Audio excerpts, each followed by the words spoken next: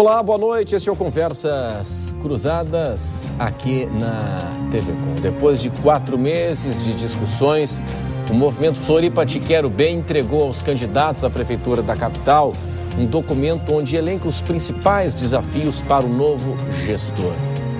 O relatório retrata as necessidades na área da saúde, educação, segurança, mobilidade e planejamento urbano. A partir de hoje, vamos reunir aqui especialistas no Conversas Cruzadas para falar um pouco mais sobre esses pontos.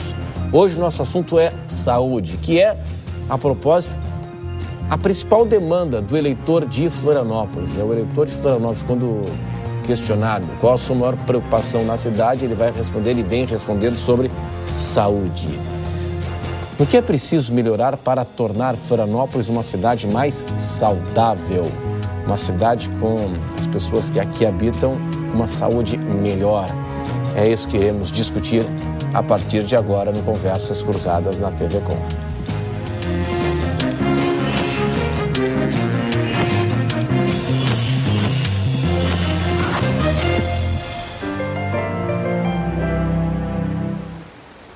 E você pode participar emitindo aqui a sua opinião através das nossas redes sociais, no e-mail conversas@tvcom.com.br e também você nos acha facilmente aí pelas redes sociais, o endereço está na tela.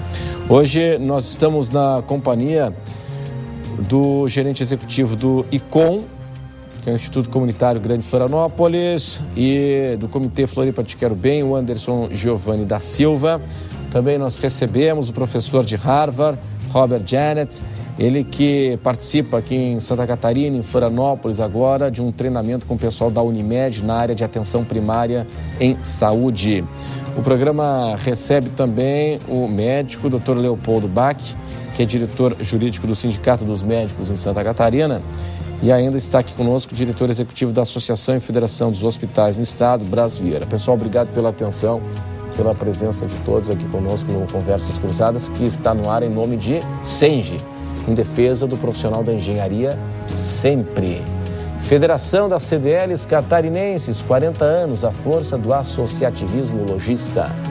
Restaurante Ostradamus, ostras depuradas. RDO, visite o apartamento decorado do Apoena em Palhoça.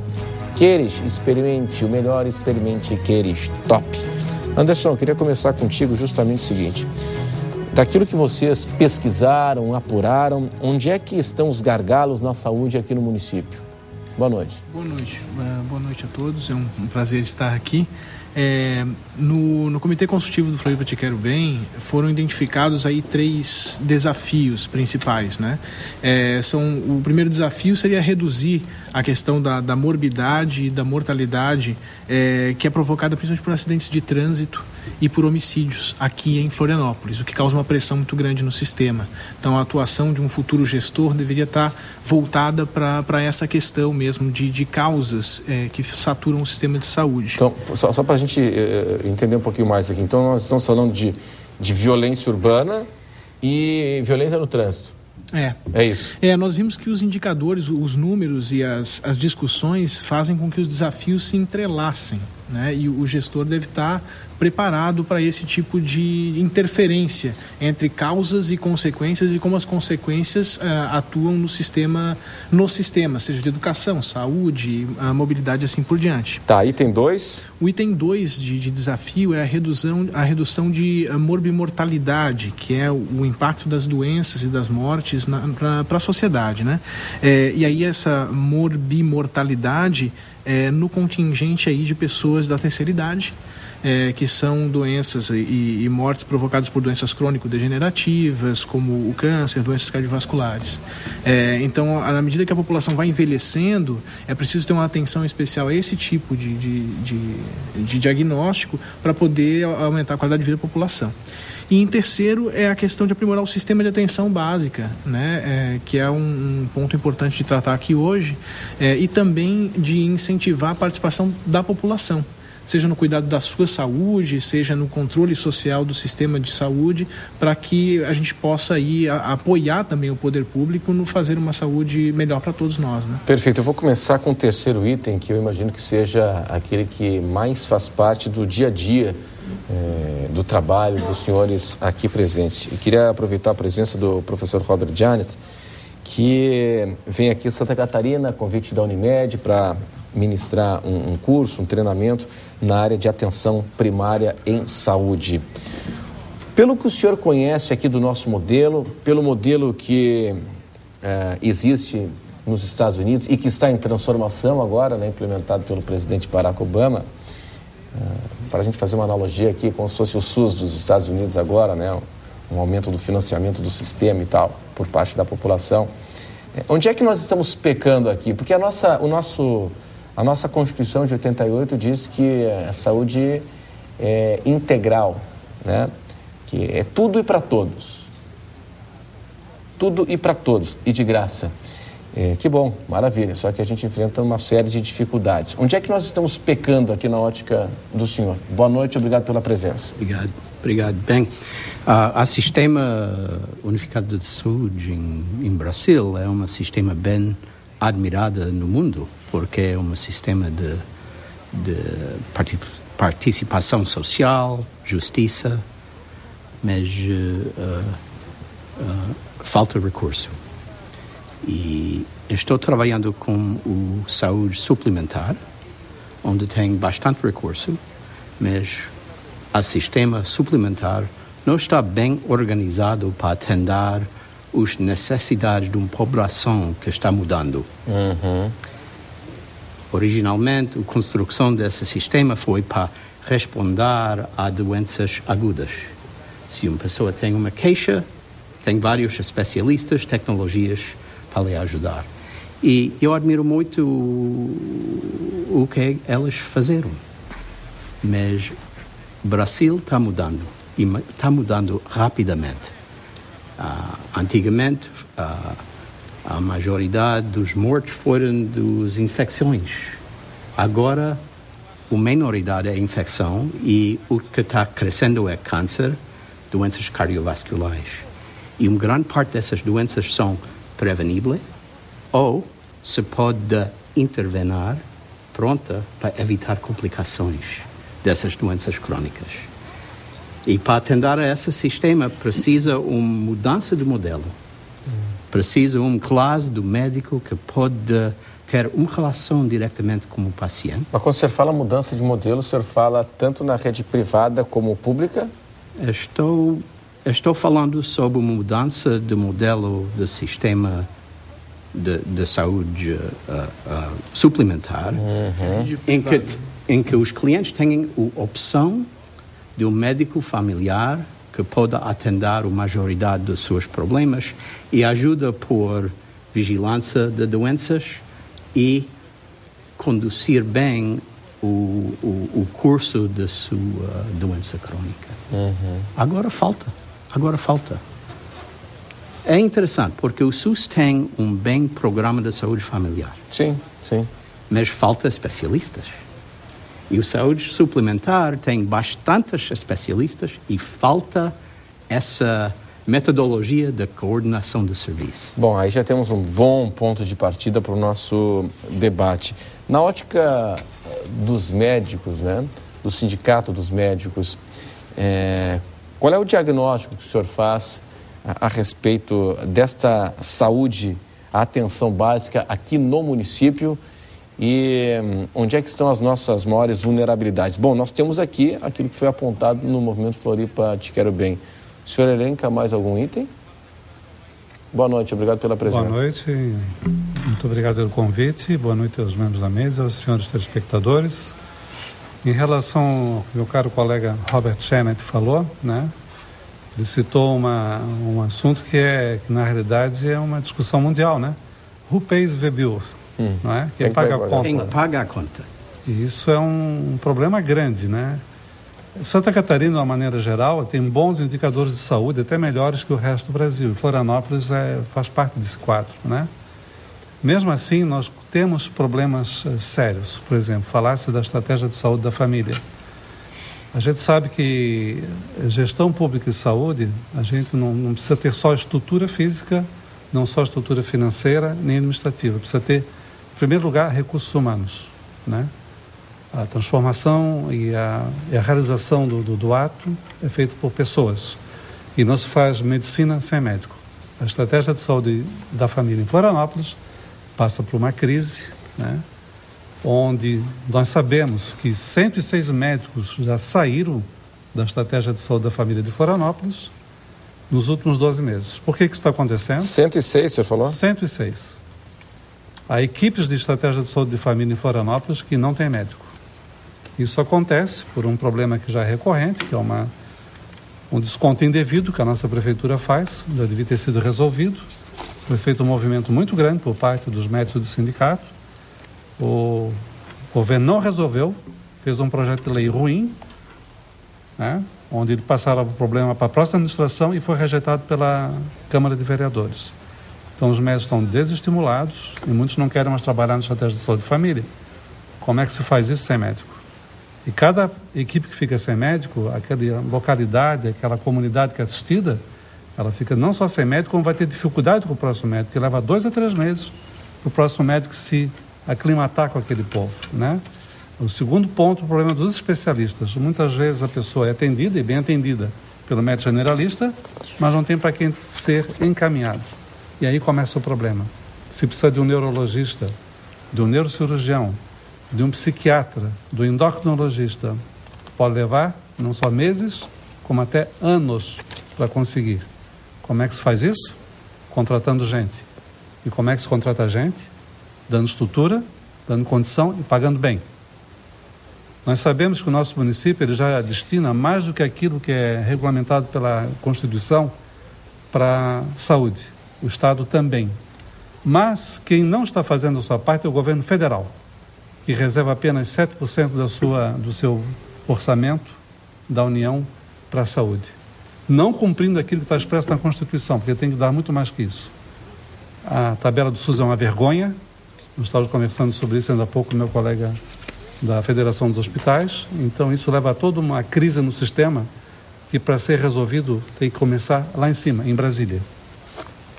Pois é, eu queria saber a opinião justamente do presidente Braz, que representa os hospitais filantrópicos aqui em Santa Catarina. Os hospitais filantrópicos, eles poderiam ajudar e já ajudam, né, na atenção à saúde aqui em Santa Catarina e muito, mas onde é que está a dificuldade maior? É financiamento? Boa noite. Boa noite, Renato. Boa noite aos telespectadores e aos debatedores aqui. Realmente, o ponto principal está no financiamento do sistema. Não há recurso suficiente para manter a estrutura em funcionamento. Se nós analisarmos que a rede privada filantrópica representa hoje 77% da oferta de leitos, de UTI, de leitos de internação no estado de Santa Catarina, e essa rede, hoje, ela sobrevive através de 40% das verbas do Sistema Único de Saúde, 60% que ela precisa complementar esse custo, ela tem que buscar através de emendas parlamentares, ficar na dependência das eventuais concessões do Atenção primária, onde o serviço preventivo poderia aplicar. Pois é, mas um assunto... Esse é um problema de financiar o sistema, porque mandam muito recurso para serviços muito complicados, muito caros, no hospital, como especialista, como UTI, e não dá suficiente recurso para prevenir aquelas mesmas doenças. Tá, mas nesse aspecto, eu estava acompanhando a abordagem inicial do senhor aqui no Conversas Cruzadas, deveria haver uma união de forças para melhorar essa atenção básica. Explico. Uma aproximação do setor privado, do setor de saúde suplementar com o poder público. O que o senhor acha sobre isso? Eu acho que não entendo a pergunta porque não falo perfeitamente. Não, perfeito. Seguinte, eu queria saber se deveria haver uma união dos esforços, né? Se deveria haver um trabalho conjunto entre o setor privado e a saúde pública na rede de atenção básica. Essa é uma ideia interessante, porque agora são sistemas completamente separados. Sim. Mas os bens de um sistema pode suportar o que falta o anterior. Porque essa combinação, essa complementação já acontece em alta complexidade também, né? Porque, por exemplo, aqui já se fez um trabalho de cirurgias de oftalmológicas e tal, pagas pelo poder público na rede privada, e se zerou a fila. Foi um case positivo aqui que aconteceu na cidade, né? Mas eu quero marcar um ponto um pouco duro, ok? Vou falar muito francamente. Mas esse é duro. Eu acho que a cultura da medicina no Brasil, a cultura dos médicos, também a cultura dos pacientes, é em foco nas especialistas. E os pacientes próprios pensam que a atenção primária é só para a gente pobre. E essa não é verdade. Vamos falar sobre isso. Essa é um erro. Quer dizer, então a gente foca na doença. A gente foca na doença, né? E não na prevenção. Exato. Vamos tratar deste assunto daqui a pouco, depois do intervalo. Isso é interessante também, né? Porque está no imaginário, né? Na cultura do paciente, né? Hoje o paciente vai ao médico e parece que ele fica desapontado quando o médico não solicita nenhum exame, né, complementar. Ele fica desapontado quando isso acontece, né? Vamos para o intervalo e até já.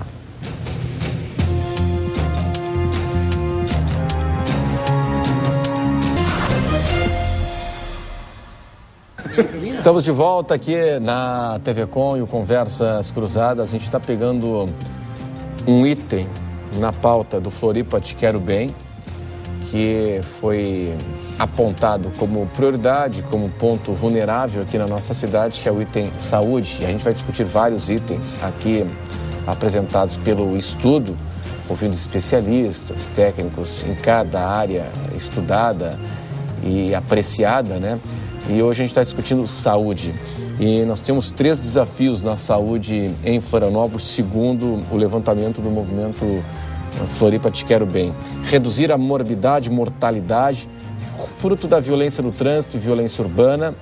A morbimortalidade, né, que são as doenças que atingem a terceira idade, o câncer, as doenças cardiovasculares, as doenças da idade, doenças que poderiam ser minimizadas, reduzidas também, né, com ações preventivas.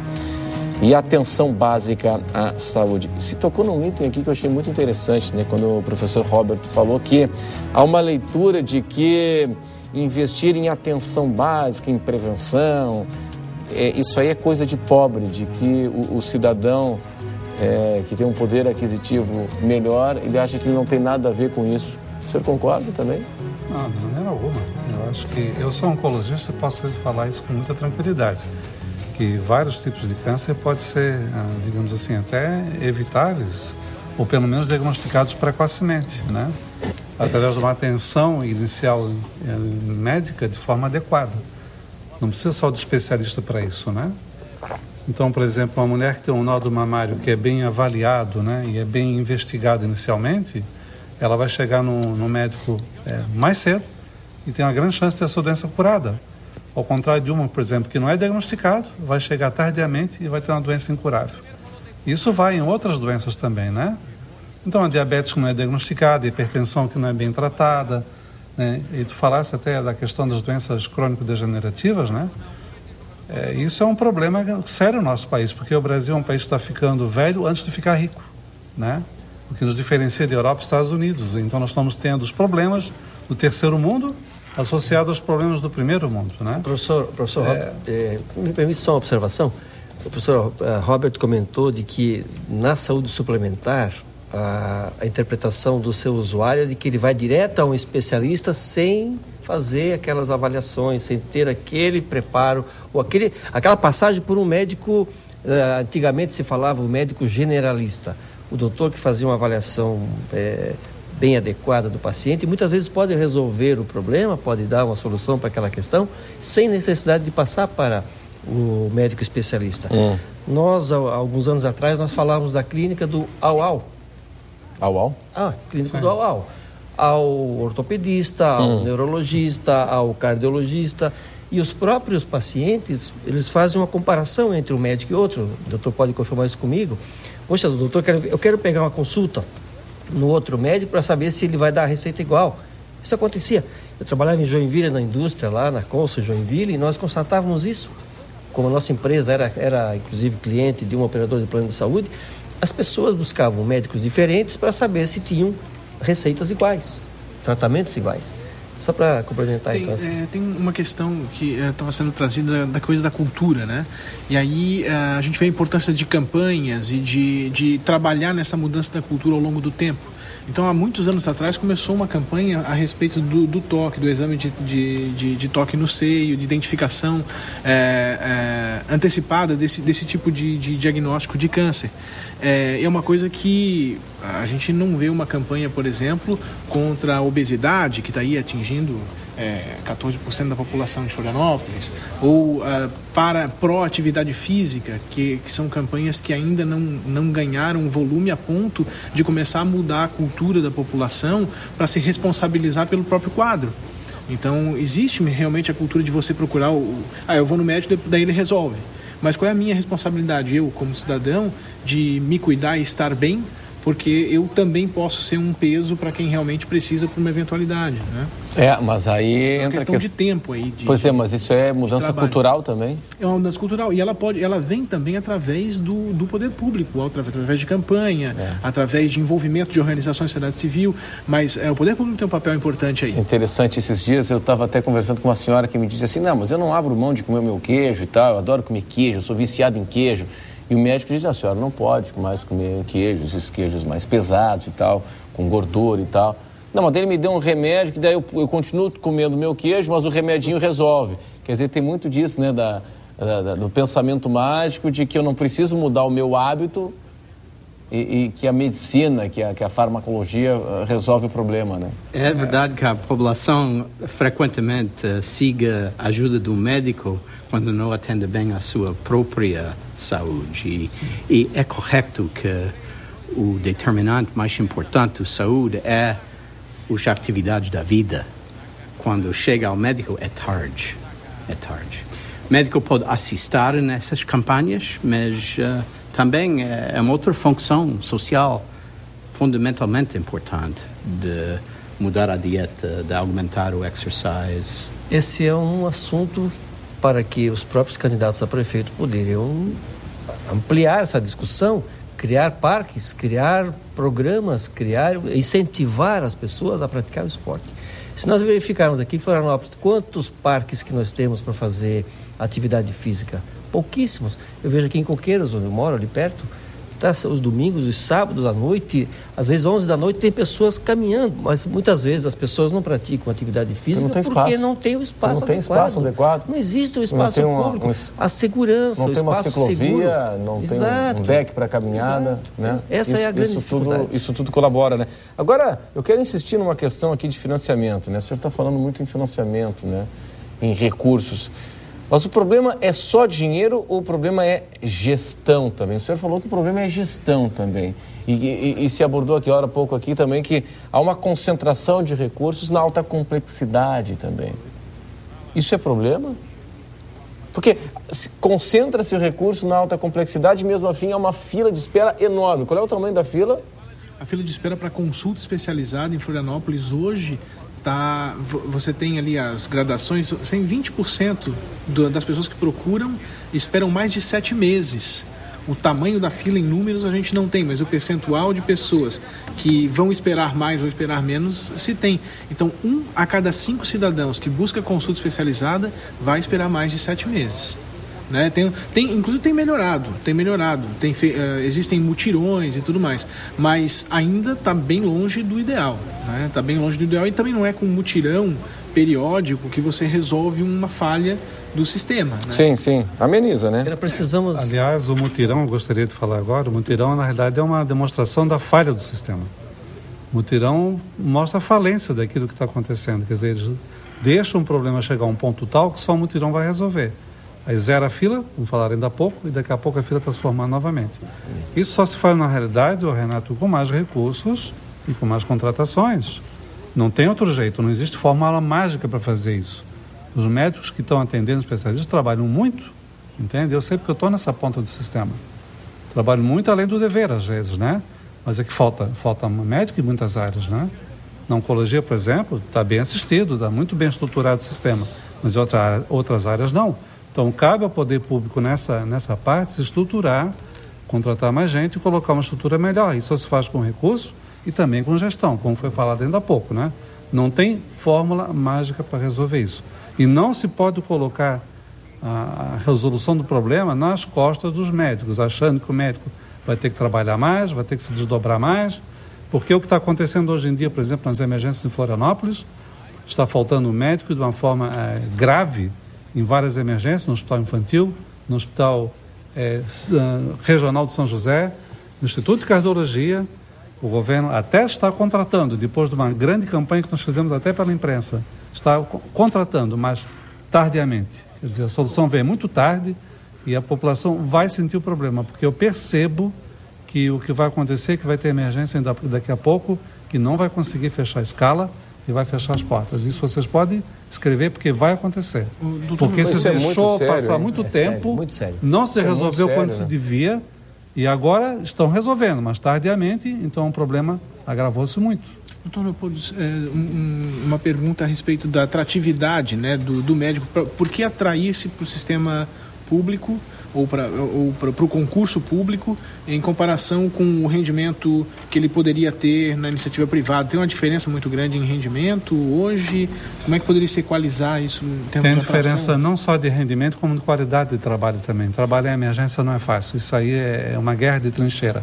O médico, para se dispor a trabalhar em emergência, ele tem que ser corajoso, porque a estrutura não é adequada, é difícil, é estressante e chega a ser perigoso. Excesso de pessoas. Chega a ser perigoso, porque a gente sofre todo tipo de coação, de ameaça, não tem segurança dentro das próprias emergências. Aí o médico vive sob estresse, né? Sob estresse, e ninguém mais quer trabalhar em emergência. Está virando um problema. Mesmo os concursados atuais não querem ir para a emergência. Gostaria de fazer preferem não ser contratados. Sabe que quando se fala do custo para a alta complexidade, a tendência é de cada vez ser maior esse custo, porque a população está envelhecendo. Se nós considerarmos que nos últimos 20 anos temos que reconhecer as práticas dos governos, a vacinação, de toda a atenção básica feita para as mães, o materno-infantil, isso está gerando uma população, está trazendo uma população mais saudável. Nós estamos tendo uma população mais saudável. O que nós temos é um meio entre aquelas crianças, os jovens de 18, 20 anos, que é uma população saudável, e tem aqueles que estão na nossa faixa etária, dos 50 para cima, que não tiveram essas oportunidades que estão tendo agora, de toda a atenção que o governo está dando, do aleitamento materno, do soro caseiro, da vacinação completa e plena. Isso tem gerado uma população. Eu espero que aos anos vão passando, a diminuição das doenças vai ser também maior, mas vão ter aquelas questões das doenças da morbimortalidade em função das doenças da cardíaca, doença do aparelho, enfim, todo o sistema que vai levar à velhice, e essa traz essas doenças que proporcionam, que nos levam à morte de qualquer forma. E os dados indicam que essas doenças serão mais prevalentes no futuro. Perfeito. Então, se agora temos filas, no futuro será filas mais longas. Temos que entender uma maneira melhor para conduzir o sistema, para conduzir as doenças em uma etapa menor, para evitar essas complicações. Então a gente está falando de mudança de hábito, de melhora na infraestrutura, eu estou falando da atenção básica, né? Mas de mudança de hábito, mas acima de tudo, de uma infraestrutura adequada para que as pessoas tenham condições de mudar esse hábito. O senhor falou aqui nos espaços públicos de lazer, enfim, numa rede básica de atenção com saúde da família, né? Com os programas que atendam a população de baixa renda, de todos os níveis sociais, né? Eu queria também abordar, a partir de agora, o seguinte, né? O Floripa Te Quero Bem traz no seu material de conclusão aqui dos trabalhos, né? Homicídios e acidentes de trânsito são os principais motivos, né? São as principais causas de mortalidade prematura em Florianópolis. Os candidatos aqui à Prefeitura de Florianópolis, eu não vou fazer referência, até porque a Justiça Eleitoral nos impede, a gente não vai aqui nominá-los, mas eles não falam uma linha sobre acidente de trânsito. No final de semana foram 26 pessoas que perderam a vida no estado de Santa Catarina, vítimas de acidentes de trânsito. Isso aquelas pessoas que morreram na estrada, não estou nem contabilizando aqueles que morreram horas depois no hospital. Vale para a estatística só quem morreu no asfalto. é muita coisa. E isso não entra na pauta, na ordem do dia, né? Tem uma questão, assim, de qual a competência do município, competência do Estado e assim por diante, né? Mas o líder do município, ele precisa ter uma capacidade de articulação com as demais esferas de governo para lidar com problemas que são complexos.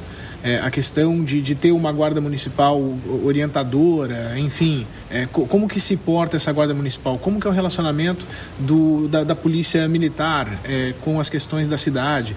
Então esse papel articulador é um papel importante. Esses dados aí, um dado que chama muita atenção e que foi fundamental para esse desafio é a questão de anos potenciais de vida perdida pela sociedade. Então você pega normalmente você pega aí a data de quem morreu antes dos 70 anos, né? Aí você pega o sujeito que morreu com 50, a sociedade perdeu 20 anos de vida dessa pessoa.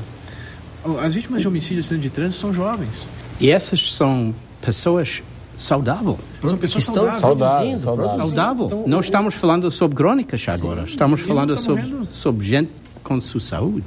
Com saúde, morrendo com 20 anos de idade. Então a sociedade perdeu 50 anos de idade. Trágico. Então, por essas duas razões, de 2005 para cá, a sociedade de Florianópolis perdeu 46 mil anos de vida. 46 mil anos de vida a cidade de Florianópolis perdeu de 2005 para cá por causa dessas duas razões. Então nós estamos falando acidente de trânsito e homicídio. De mortes perfeitamente evitáveis no momento em que ocorreram.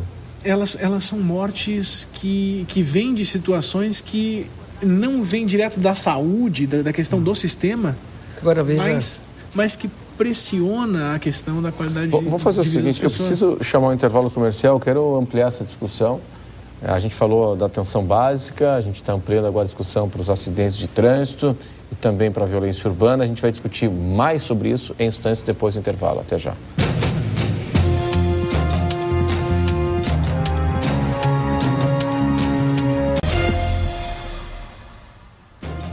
Este é o Conversas Cruzadas aqui na TV Com e nós estamos pegando aqui um item do relatório final do Movimento Floripa Te Quero Bem e que trata dos desafios para Florianópolis. E o nosso assunto hoje é saúde. Aliás, saúde é o principal ponto, né?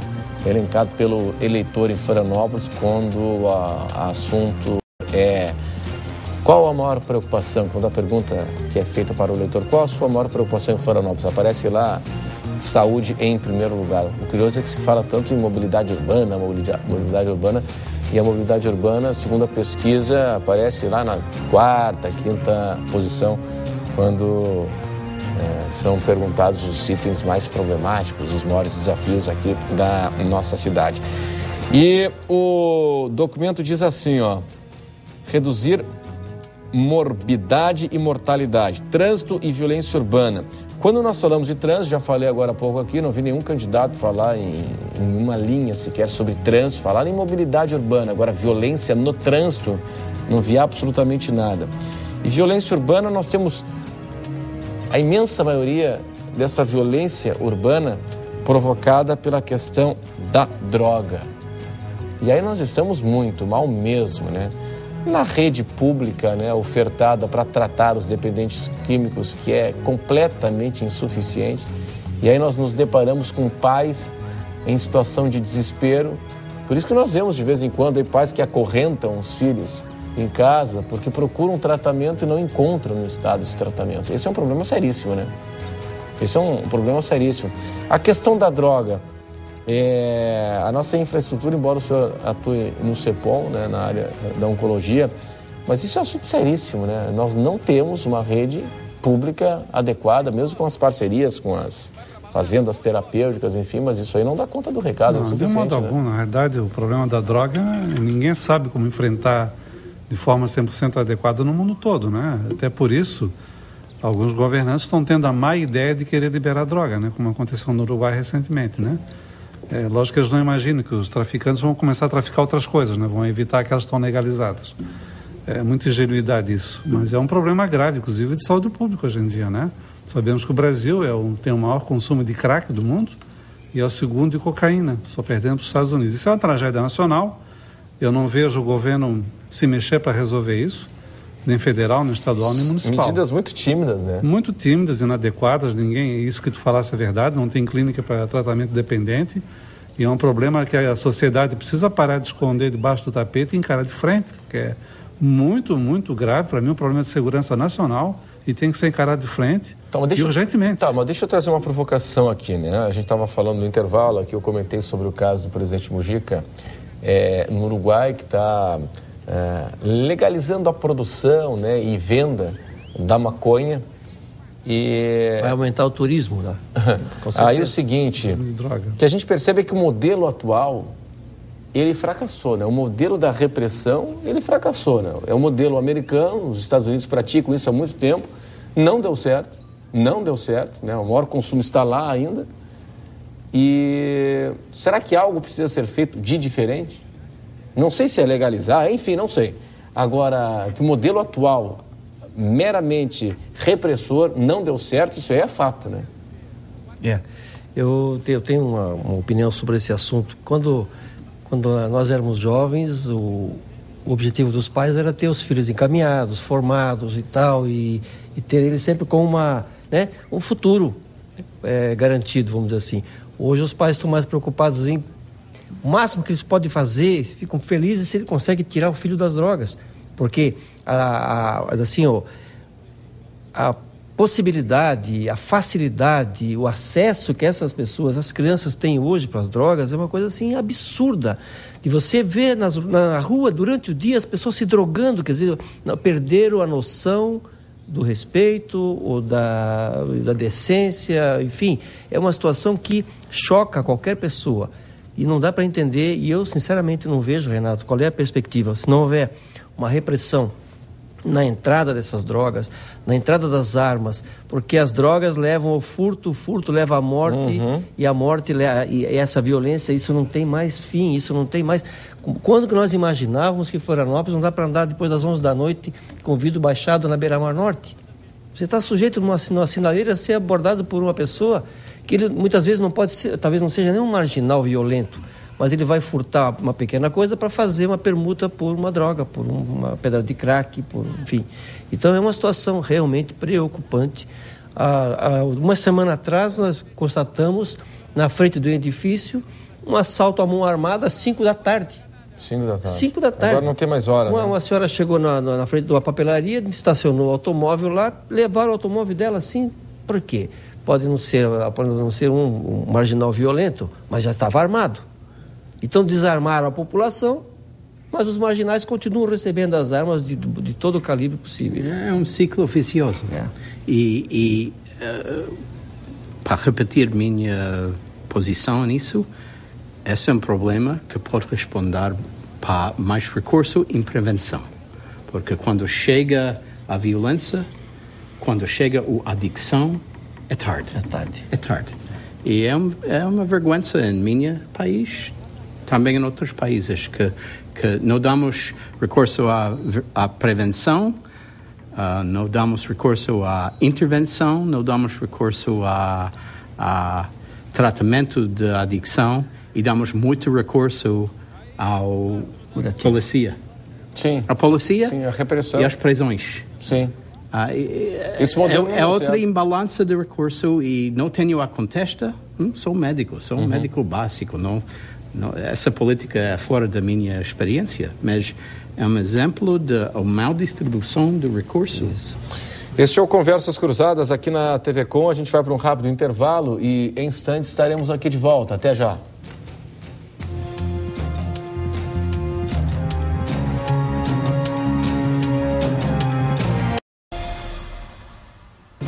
Este é o Conversas Cruzadas aqui na TV Com. Queria abordar nessa fase final aqui do programa, que está falando sobre os desafios da saúde em Florianópolis, e o documento que foi levantado pelo Movimento Floripa Te Quero Bem, apontando os desafios para a nossa cidade, e hoje nós estamos abordando os desafios na área da saúde, a questão da terceira idade e a morbimortalidade, que seriam aquelas doenças que atingem o pessoal da terceira idade, em especial câncer, as doenças cardiovasculares, enfim. Qual é o tamanho desse problema? Quais são os números Anderson, que você nos traz a respeito desse segundo item? O que a gente percebe em termos demográficos é que a população acima dos 50 anos está ganhando uma importância muito grande na população geral. E nós temos aí essas doenças crônicas atingindo hoje 7% da população, por exemplo, no caso de diabetes. E é um número que vai aumentar, porque uma vez que a população com mais idade está aumentando, esses índices também vão. Então, se você tem hoje 10% da população sofrendo de determinada doença crônica, em 15 anos, esse número vai subir pelo menos 2-3 pontos percentuais. Então é uma preocupação que também precisa ter uma visão de longo prazo. Você começa hoje, começa reeducando, começa levantando as questões de cuidado de si com o cidadão, para você ver um resultado em termos da população daqui a 15 anos. E como é que o político pensa isso? Como é que o político está pensando a população da sua cidade no longo prazo? Sabe que eu acho que é um desafio muito grande aqui, entrando numa questão política, e de novo, não vou nominar aqui nenhum candidato, eu até comentei isso hoje na CBN Diário, né? Porque a gente acompanha os candidatos aqui em Florianópolis, falarem que vão fazer isso, vão fazer aquilo, horário de funcionamento para creche, para o transporte coletivo, ninguém vai pagar tarifa, não sei mais o que, aquelas coisas todas, né? Que a gente acompanha na campanha eleitoral. E a gente não discute, é uma falha da imprensa também, a gente não discute orçamento. Deveria haver uma cobrança da sociedade, do eleitor e da imprensa para saber o seguinte: vem cá, o senhor está prometendo aqui, sei lá, vamos pegar um serviço aqui, vou inventar aqui um serviço aqui, digamos que fosse circo gratuito para a população, tá? Não vou citar aqui para não se fazer nenhuma analogia. Circo gratuito para a população. Se hoje o circo fosse gratuito para 50% das pessoas, e aí então agora o circo vai ser para 100% das pessoas. Sim, mas o custo hoje para fazer gratuito para metade da população é tal. Para chegar a 100% vai ser quanto? Mas é porque nós não sabemos a quantas anda o orçamento por uma falta de comunicação ou de obrigação de comunicação do poder público para com a sociedade. Porque o prefeito tem a obrigação de fazer uma prestação de contas do plano plurianual na Câmara de Vereadores. Ele vai lá, se reúne com os vereadores e conversa sobre isso. Mas ele não tem uma obrigação de ir na imprensa e dizer: olha, essas são as metas, esse é o orçamento, e olha, isso aqui é o que eu falei que eu ia fazer, isso aqui é o que eu fiz efetivamente. A propósito deste assunto, né, aquela proposta da lei de metas, onde tudo isso iria estar previsto na legislação municipal. Já houve a tentativa de votação na Câmara de Vereadores, não aconteceu a votação. Como é que está isso aí? Esse processo ainda está em análise na Comissão de Justiça, ele deve ir para uma audiência pública ou outro trâmite dentro da Câmara que ainda não está decidido. Os vereadores estão apreciando com muito boa vontade, o processo está tranquilo. Tem um momento político também de eleições, e os vereadores estão envolvidos com as eleições de partidos e tudo mais, então nós entendemos também que é um momento de aguardar para que isso aconteça. Independente do projeto de lei, o prefeito ou prefeita eleito tem um dever. Tem um dever moral. Tem um dever moral. Se não é legal, por enquanto, tem um dever moral. Um dever moral de dizer para as pessoas que o orçamento do município é carimbado, sim. Que você tem, pela lei de responsabilidade fiscal, uma obrigação de investir X nisso, X naquilo, X naquele outro. A sociedade não exige, lamentavelmente, por falta de cultura, de conhecimento. E conta, Popó, eu tenho hoje 500 milhões para investir discricionariamente, onde for necessário. Então vamos imaginar que uma prefeitura tem um orçamento de 2 bilhões. Está tudo carimbadinho, vai sobrar um recurso. Quanto que é esse recurso que ele pode compartilhar em termos de tomar de decisão com a população? 1%, 2%, 3%? Mas enfim, informa, avisa, diz, porque também fica aquela questão: esse é um prefeito ou uma prefeita que não faz, ou que faz muito pouco aquilo que é necessário ser feito. Na verdade, ele está fazendo aquilo que a lei obriga a fazer, claro. E no final ele não tem mais orçamento para nada. Vai ficar amarrado. Pois é, aqui é o seguinte, Braz, vamos aproveitar aqui, Encontro Catarinense de Hospitais está começando amanhã, né? Amanhã, aqui em Florianópolis. Qual é a pauta? Olha, nós temos uma pauta diversificada, ela vai focar bastante a gestão dos estabelecimentos de serviço de saúde, para encontrar maneiras de como continuar com as portas abertas com os poucos recursos que nós temos disponíveis. Nós vamos abordar assuntos da área de recursos humanos, relacionados com a parte da legislação, as obrigações que cada hospital tem em relação ao seu paciente, ao seu convênio, ao Sistema Único de Saúde. E nós vamos ter também uma palestra master, vamos dizer assim, com o nosso presidente do Tribunal Eleitoral, Regional Eleitoral, que ele vai fazer uma palestra na próxima sexta-feira. Dr. Luiz César Medeiros vai falar sobre a responsabilidade do administrador dos serviços privados nas relações jurídicas com o ente público, porque cada vez mais o prestador de serviço que recebe recursos do sistema público tem mais obrigações e mais responsabilidades. Muito bem, eu tenho mais 1 minuto e meio até o final do programa. Eu queria saber a opinião do senhor, Dr. Robert, a respeito desse plano já aprovado, né, no Congresso americano, o plano de saúde, que foi tão polêmico, né, e foi uma bandeira do presidente Obama. Em síntese, o senhor defende a mudança? Sim, com certeza. Eu moro em Massachusetts. Em Massachusetts temos uma população de 6,5 milhões de gente. 98% são cobertos por um plano que é muito parecido ao plano do Obama. Interessantemente, o Sr. Romney foi o governador durante a passagem dessa lei em Massachusetts. Opa, ele é um republicano. E é republicano e agora não está em acordo com seu próprio plano. Mas mudou muito de opinião. Minha opinião é a injustiça principal dos Estados Unidos, que paga mais que quase $8.000 por capita por saúde, é que temos uma taxa de incobertura mais ou menos 14%. Essa é uma vergonha em um país tanto rico e que dá tanto recurso à saúde. Em meu estado, tenho o honor de representar que hemos resolvido esse problema, mas é um desafio para o país inteiro. Opa, interessante. Muito obrigado pela atenção de todos hoje aqui no Conversas Cruzadas na TV Com. Vale lembrar que nós estaremos discutindo aí nos próximos dias outros itens na pauta do Movimento Floripa Te Quero Bem, e onde são apresentados os desafios que Florianópolis precisa resolver nos próximos anos e onde é que estão as prioridades dentro destes desafios. Vale lembrar que de amanhã até sexta não teremos o Conversas Cruzadas. Por quê? Porque neste horário a Jordana Pires vai estar apresentando o Dona Fashion, com os desfiles, as entrevistas e tudo mais. Nós voltaremos na próxima segunda-feira, aqui no Conversas Cruzadas Especial, eleições 2012, para fazer um debate com os candidatos à Prefeitura de São José. Tá certo? Boa noite, tchau, tchau.